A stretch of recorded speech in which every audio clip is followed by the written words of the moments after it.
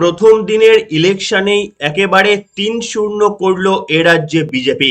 বিরোধী দলনেতা শুভেন্দু অধিকারীর কণ্ঠে তেমনই দৃঢ়তা শোনা গেল, যা শুনিয়েই আজকের পর্ব আপনাদের সামনে শুরু করলাম।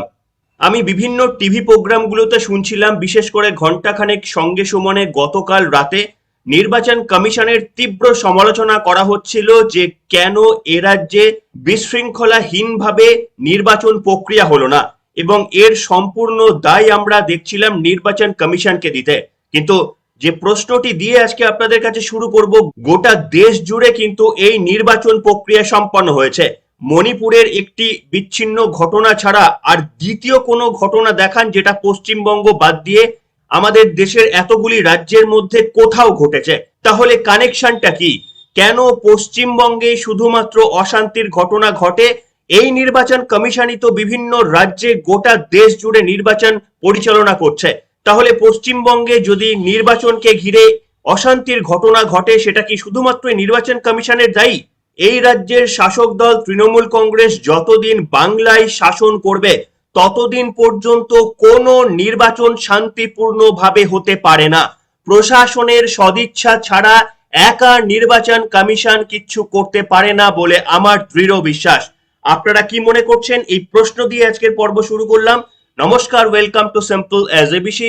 আপনাদের সকলকে স্বাগত জানিয়ে শুরু করছি আজকের বিশেষ খবর। গতকাল বিক্ষিপ্ত কিছু অশান্তি ছাড়া পশ্চিমবঙ্গের ৩টি লোকসভা অঞ্চলে যে পরিমাণ ভোট পড়েছে সেটা কিন্তু দেশের অন্যান্য রাজ্যের তুলনায় যথেষ্টই বেশি। সম্ভবত এত পরিমাণ ভোট দেশের মধ্যে সর্বোচ্চ পশ্চিমবঙ্গে ৭৭.৫৭%।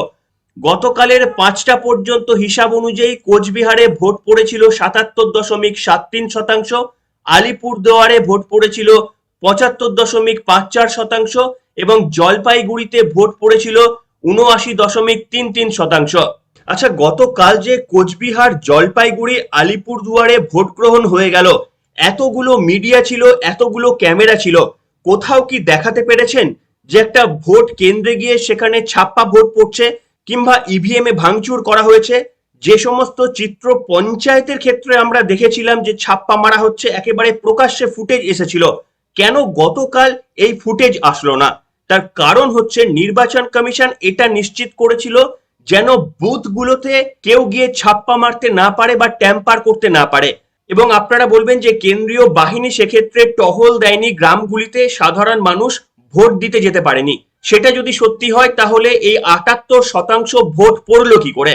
৭৮% গোটা দেশের মধ্যে সর্বোচ্চ ভোট পড়েছে পশ্চিমবঙ্গে, তাহলে সেটা হলো কি করে?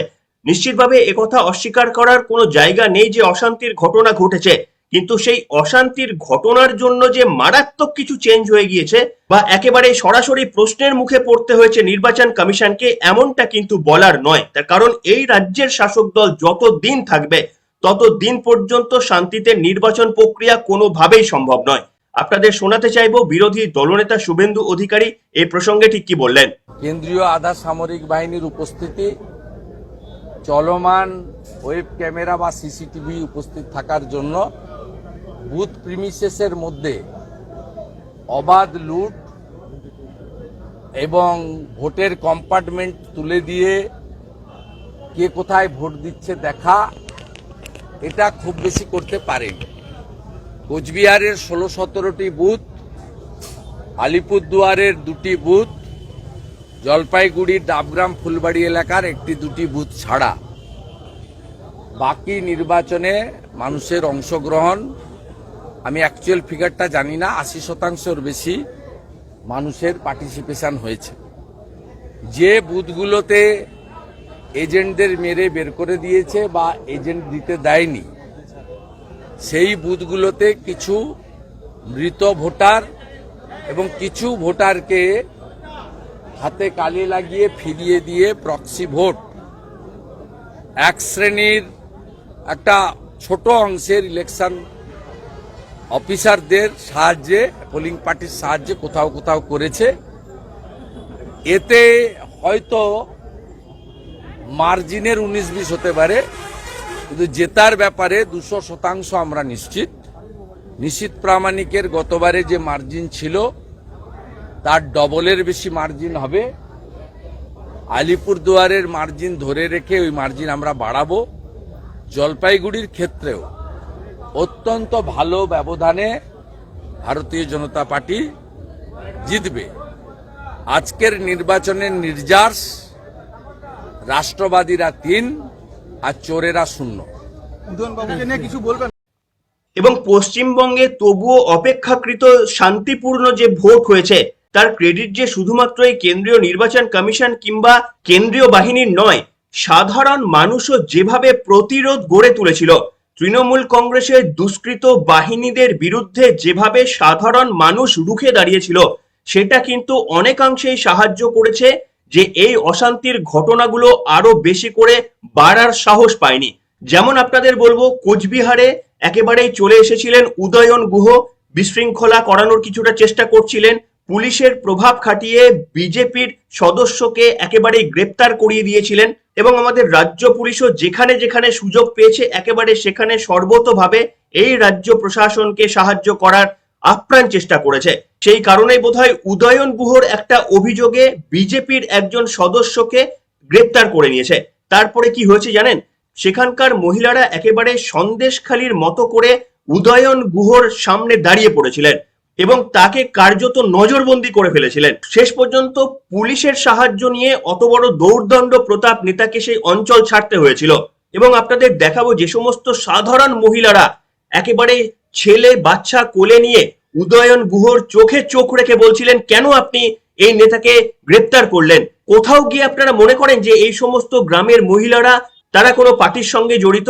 আপনারা দেখেই বুঝবেন একেবারে এই গ্রামের সাধারণ মহিলারা বাচ্চা কোলে নিয়ে দেওয়ালে পিঠ থেকে যাওয়ার পর এবং এই সমস্ত ঘটনাগুলোকে সহ্য করতে না পেরে প্রতিবাদ করেছেন। আসুন সেই চিত্র দেখাই আপনাদের।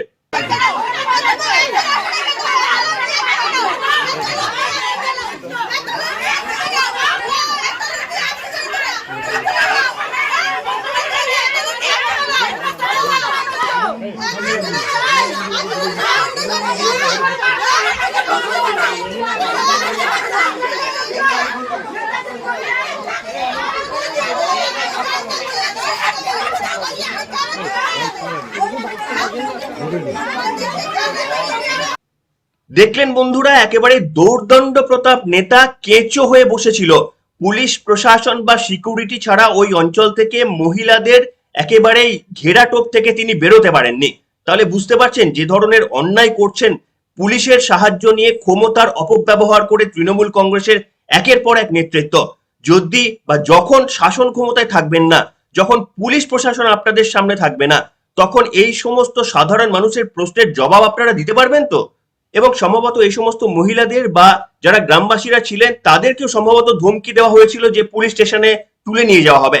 তারা বলছেন যে নিয়ে চলুন, কোথায় নিয়ে যেতে হবে আমাদের সবাই যাব, নিয়ে চলুন কোথায় নিয়ে যেতে হবে। একেবারে চোখে চোখ রেখে কিভাবে কথা বললেন গ্রামের এই সমস্ত মহিলারা আপনারা দেখুন। এবং শহরের যারা 500 টাকা 1000 টাকার লোভে পড়ে এখনো পর্যন্ত শাসক দলের এই কুকীর্তিগুলোকে ক্রমাগত সাপোর্ট করে যাচ্ছেন, তাদের তুলনায় আমি নিশ্চিতভাবে এই সমস্ত গ্রামের মহিলারা যারা চোখে চোখ রেখে অন্যায়কে অন্যায় বলতে পারেন তাদের শত কোটি প্রণাম জানাবই। যাদের কাছে 500 বা 1000 টাকাটা অত্যন্ত প্রয়োজনীয়, কিন্তু মমতা বন্দ্যোপাধ্যায়ের সম্ভবত এই 500 1000 টাকার কাছে নিজেরা নতি স্বীকার না করে অন্যায়কে অন্যায় বলার সাহস পান। জানেন যে লক্ষ্মীর ভাতা হয়তো বন্ধ হয়ে যেতে পারে, কিন্তু অন্যায়ের সঙ্গে আপোষ করেন না।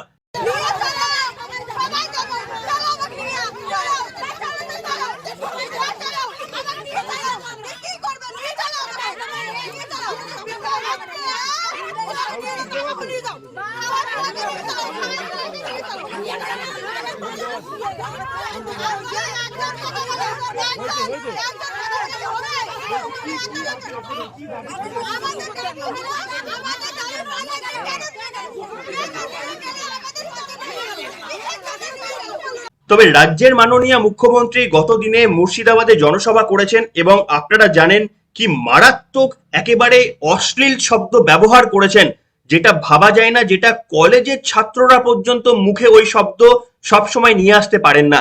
সেখানে একজন মুখ্যমন্ত্রীর পদে, তাও আবার একজন মহিলা মুখ্যমন্ত্রী, যা নিয়ে তৃণমূল কংগ্রেস গর্ববোধ করে, সেই মহিলা মুখ্যমন্ত্রী এমন একটি শব্দবন্ধ ব্যবহার করেছে, আজকের রাতের প্রতিবেদনে আপনাদের দেখাবো। অনেকে হয়তো ইতিমধ্যেই দেখে নিয়েছেন, কিন্তু আপনাদের রাতের পর্বে বিস্তারিত এ নিয়ে আলোচনা করব। সত্যি সত্যি একজন মুখ্যমন্ত্রী সুশীল সমাজে দাঁড়িয়ে এই ধরনের বক্তব্য রাখছেন, সত্যি অবাক লাগে। বিশ্বাস করুন, আমি ইঞ্জিনিয়ারিং কলেজে পড়েছি। আমাদের ইঞ্জিনিয়ারিং কলেজ থেকে মঞ্চে যখন এই ধরনের প্রোগ্রাম হতো, সোশ্যাল হতো, ফেস্ট হতো, সেখানে পর্যন্ত এই অশ্লীল শব্দ কেউ ব্যবহার করতো না। নিশ্চিতভাবে বন্ধুদের সঙ্গে আড্ডাতে কেউ কেউ ব্যবহার করে, পাড়ার রকে ব্যবহার করে এই সমস্ত শব্দ। সেগুলো রাজ্যের মুখ্যমন্ত্রী মমতা বন্দ্যোপাধ্যায় ব্যবহার করছেন মঞ্চের ওপর থেকে। আপনাদের শোনাবো, অনেকেই হয়তো শুনে নিয়েছেন। কিন্তু মুখ্যমন্ত্রী মমতা বন্দ্যোপাধ্যায় একেবারেই নির্বাচন কমিশনকে তোপ দাগলেন, তাদের ব্যর্থতা বলে পরিষ্কারভাবে জানালেন, এবং কেন পুলিশকে ইউজ করা হচ্ছে না নির্বাচনের কাজে বলে তোপ দাগলেন মুখ্যমন্ত্রী।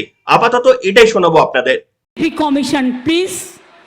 Why in Kuch Bihar election only the central forces are working, not even the state force, only from armed police and only armed police from the central government, CAPF and state police, only one home guard? Why? Why? How do you expect the impartial election, the free election, the fair election? You became a BJP commission. I am really sorry to say we are shocked. এরা চায় দেশ বিক্রি হয়ে যাক। শুনলেন মুখ্যমন্ত্রী মমতা বন্দ্যোপাধ্যায়ের বক্তব্য। এটা কি তার ফ্রাস্ট্রেশন কিনা জানি না, তিনি কি বুঝতে শুরু করে দিয়েছেন যে মানুষ আর তার সঙ্গে নয়? এবং সম্ভবত সেই কারণেই কি একদিকে যেমন রামনবমী নিয়ে একটি গোষ্ঠীকে ক্রমাগত তিনি সমর্থন করে যাচ্ছেন, আর একটি গোষ্ঠীর ওপর ক্রমাগত তোপ দেখে যাচ্ছেন। আমার ভালো লাগলো যে গতকাল রাতে ঘন্টাখানেক সঙ্গে সুমন প্রোগ্রামেও এই ব্যাপারটি আলোচিত হয়েছে। আপনারা হয়তো অনেকেই শুনে নিয়েছেন। আজকে রাতের পর্বেও এই অংশটি আপনাদের সামনে কভার করব। কিন্তু প্রশ্ন হচ্ছে, সমস্ত কিছু প্রয়োগ করতে হচ্ছে কেন মুখ্যমন্ত্রীকে? কারণ কি তিনি বুঝতে পারছেন যে লড়াইটা অত্যন্ত কঠিন, এবং যত কি লড়াই কঠিন হবে মুখ্যমন্ত্রীর মুখের ভাষা ততই কি আরো বেশি কঠিন হয়ে যাবে? হয়তো সময় উত্তর দেবে। কিন্তু মুখ্যমন্ত্রী এখনো বিশ্বাস করেন 400 তো ছেড়ে দিন, বিজেপি 200 ক্রস করতে পারবে না। মমতা বন্দ্যোপাধ্যায় এখনো পর্যন্ত এটা মনে করেন। কি বলছেন তিনি শোনাই আপনাদের। এই অংশটুকু আপনারাও সেভ করে রাখুন, আমরাও সেভ করে রাখছি। আর হয়তো 1-1.5 মাসের অপেক্ষা, তারপরে কিন্তু রেজাল্ট ঘোষণা হয়ে যাবে। মুখ্যমন্ত্রী সত্যি সত্যি রাজনৈতিকভাবে কতটা ক্ষুরধার বুদ্ধি সম্পন্ন, নিশ্চিতভাবে ভোটের রেজাল্ট বেরোনোর পর কিন্তু সেটা আমরা বুঝতে পারবো। বেঙ্গল ইলেকশনে বলেছিল ইসবার 200 পার, 80ও পার হতে পারেনি। আর এবার বলছে ইসিবার 400 পার, সারা ভারতবর্ষে 200 সিটও পাবে না। নিশ্চিন্তে থাকুন, ওটা কাগজের সার্ভে, বিজেপির সার্ভে, টাকা খাওয়ানোর সার্ভে, মিথ্যে কথা বলার সার্ভে, ভাওতা দিয়ে কোটি কোটি টাকা দিয়ে ভিডিও তৈরি করার সার্ভে, সোশ্যাল নেটওয়ার্কে কোটি কোটি টাকা ঢালছে। তার কারণ বিজেপি মানুষের পকেট কাটে আর নিজের পকেট ভরে, এটা ওদের কাজ। ওই সার্ভে বিশ্বাস করবেন না, মানুষের চোখের দিকে তাকিয়ে দেখুন, মাটির দিকে তাকিয়ে দেখুন, তাহলে বুঝবেন এবার বিজেপি আসছে না, এবার বিজেপি আসবে না। আগে তো 200 পাক, আগে 200 পাক, তারপরে সাঁতার কাটবে। বলো আগে 200 পাও, তারপরে সাঁতার কাটবে। লজ্জা করে না? কোনো কাজ না করে শুধু ফাঁকিবাজি মেরে লোককে জেলে ভরে রেখে দিয়ে, দেশটাকে জেলখানা বানিয়ে দিয়ে আজকে ভাবছো মানুষের কণ্ঠরোধ করবে। এবার শেষ করার আগে যেটি আপনাদের সামনে আলোচনা করব, আপনারা অনেকেই হয়তো এবিপি আনন্দ দেখেন বা বিভিন্ন সংবাদ মাধ্যম দেখেন, তারা প্রশ্ন তুলছে যে সত্যি সত্যি মুখ্যমন্ত্রী মমতা বন্দ্যোপাধ্যায় যদি শালীনতা ক্রস করে যায়, কিংবা এই যে দাঙ্গা নিয়ে বারবার যে ধরনের শব্দবন্ধ তিনি ব্যবহার করছেন, সেটা যদি ইলেকশন কমিশন এন্ডোর্স না করে, তাহলে তার বিরুদ্ধে কেন পদক্ষেপ নেওয়া হচ্ছে না? আমার এখানে একটা ব্যক্তিগত মতামত আছে, আপনারা শুনে একটু বলবেন যে আমি ঠিকভাবে বিশ্লেষণ করতে পারলাম কিনা। দেখুন, নির্বাচন কমিশন কিন্তু খুব ভালোভাবেই জানেন যে মুখ্যমন্ত্রী মমতা বন্দ্যোপাধ্যায়ের বিরুদ্ধে যদি কোনো রকমের তারা অ্যাকশন নেয়, তাহলে কার্যত সেটা নির্বাচনের আগে তৃণমূলকে একটা গিফট দেওয়া হবে। কারণ মমতা বন্দ্যোপাধ্যায় যে কোনো ইস্যু নিয়ে যেভাবে আন্দোলনে ঝাঁপাতে পারেন, যেভাবে জনমত টানতে পারেন, সেটা কিন্তু আমাদের রাজ্য ছেড়ে দিন, আমাদের দেশে জুড়ি মেলা ভার।